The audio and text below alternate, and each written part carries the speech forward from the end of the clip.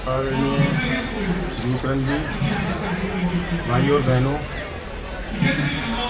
मुझे बड़ी पीड़ा है कि हमारे संत शिरोमणि पूज्य आसाराम बापू जी आज 11 वर्षों से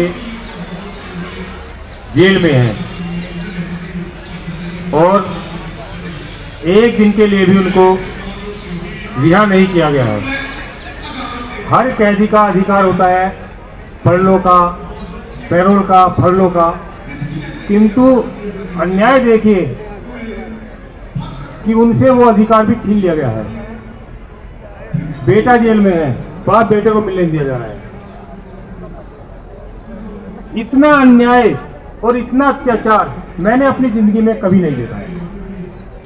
और ये अन्याय और अत्याचार क्यों हो रहा है, आप इस पर भी गौर कीजिए। लड़की के बारे में बताया गया है कि उस पर प्रेत का साया है। एक बहाना बताकर, षड्यंत्र रचकर उसको जोधपुर लाया जाता है। कोई भी डॉक्टर इलाज करता है या कोई भी वैद्य इलाज करता है या कोई भी चिकित्सक इलाज करता है, उसका इलाज करने का अपना तरीका होता है, उस पर कोई आरोप नहीं लगाया जाता है। डॉक्टर किसी की महिला का चीरफाड़ करेंगे या कुछ करेंगे तो क्या उसके वस्त्र नहीं हटा सकते हैं? सब उनको अधिकार होता है, किंतु इस मामले में तो कुछ हुआ ही नहीं है। मेडिकल रिपोर्ट में लड़की कुंवारी पाई गई है। इसके बाद हम बोलेंगे, हम लोग जब हमें पता चला इसके बाद तो हम लोग 22 सितंबर 2013 को हिंदू संगठनों की तरफ से जंतर मंतर पर प्रदर्शन करने के लिए तय किया। जैसे ही सरकार को खबर चली कि 42 हिंदू संगठन 23 अगस्त 2013 को जंतर मंतर पर प्रदर्शन करने जा रहे हैं, तो शाम को 6 बजे घोषणा जाती है। 8 बजे ही जो जोधपुर का पुलिस कमिश्नर था बीजू जोरदेव, उसका बयान आता है कि मेडिकल रिपोर्ट में लड़की पाक साफ है, कुंवारी है, उसका कौमारी अक्षुण है, उसको कुछ नहीं हुआ है। अशोक गहलोत का भी उसी रात बयान आता है कि लड़की पाक साफ है, किंतु षड्यंत्रकारी छोटे मोटे लोग नहीं थे। बापू ने इन षड्यंत्रकारी को, इन दुष्टों को, इन दुष्टाओं को समाप्त करने की ठानी थी। बापू ने पुस्तकें भी निकाली थी, राहुल की रावण लीला और सोनिया की बर्बरता। इसलिए सोनिया गांधी कुपित थी, किंतु एक सत्ताधारी यदि कुपित हो या क्रोधित हो, वो कानून को उसको भूलना चाहिए। उसको कानून की सीमा के अंदर रहकर ही ये सब करना चाहिए। किंतु बापूजी के मामले में जिस तरह कानून का हनन हुआ है, जिस तरह कानून की अवहेलना हुई है, और सारे के सारे चोर इकट्ठे हो गए हैं।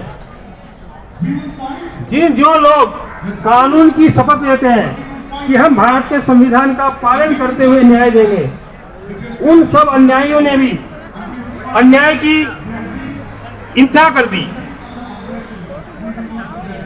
बापूजी पर आरोप लगाने वाली लड़की कुंवारी पाई गई और बापूजी को बलात्कारी बता। पूरा देशद्रोही हो गए, पूरा टुकड़े टूटे गए। पूरा मीडिया का वो देशद्रोही गैंग सड़कों पर उतरा कि जैसे हिंदुत्व कितना खतरनाक है, हिंदुत्व सबसे बड़ा खतरा है देश के लिए। जो लोग आज बोल रहे हैं वही उस समय उतर आए थे।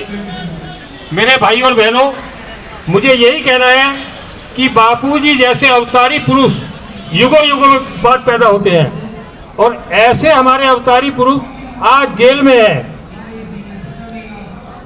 और आप अपने आप को असहाय मत समझिए। भगवान राम ने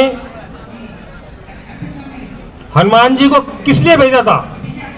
उन्होंने कहा था सीता को खोज कर लाओ, किंतु हनुमान जी तो लंका में आग लगा कर आ गए। आप लोग बड़े बहादुर हैं। आप ये सोचिए कि आपका काम कोई दूसरा करेगा। जो कोई अन्यायी है, जो कोई अत्याचारी है, जो कोई इस कानून का उल्लंघन कर रहे हैं, उनको जिंदा रहने का अधिकार नहीं है। मैं यही कहना चाहता हूँ, जो न्यायाधीश अन्याय कर रहे हैं, और इनका अन्याय, क्योंकि मैं बापू के समर्थन में खड़ा हुआ था, मैं इन जजों के खिलाफ खड़ा हुआ था, मैंने सरकार को बताया कि पूरा का पूरा देशद्रोहियों का गैंग सुप्रीम कोर्ट में बैठा हुआ है। मेरी बात पर सरकार ने कार्रवाई की, धारा 11 के 11 पर कार्रवाई की। और जो देश के कानून मंत्री है किरण रिजिजू, उन्होंने बोला कि सुप्रीम कोर्ट के पूर्व जज राष्ट्र विरोधी गतिविधियों में लिप्त हैं। ये कौन बोल रहा है? भारत का कानून मंत्री बोल रहा है। यदि भारत का कानून मंत्री ऐसा बोल रहा है कि सुप्रीम कोर्ट के जज राष्ट्र विरोधी गतिविधियों में गद्दार है, देशद्रोही है, तो आपका कर्तव्य क्या है?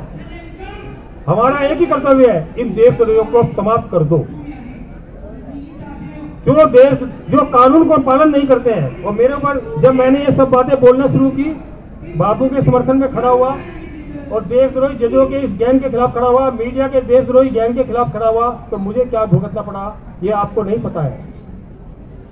जब सर्वोच्च न्यायालय के जजों ने भगवान जगन्नाथ की रथ यात्रा पर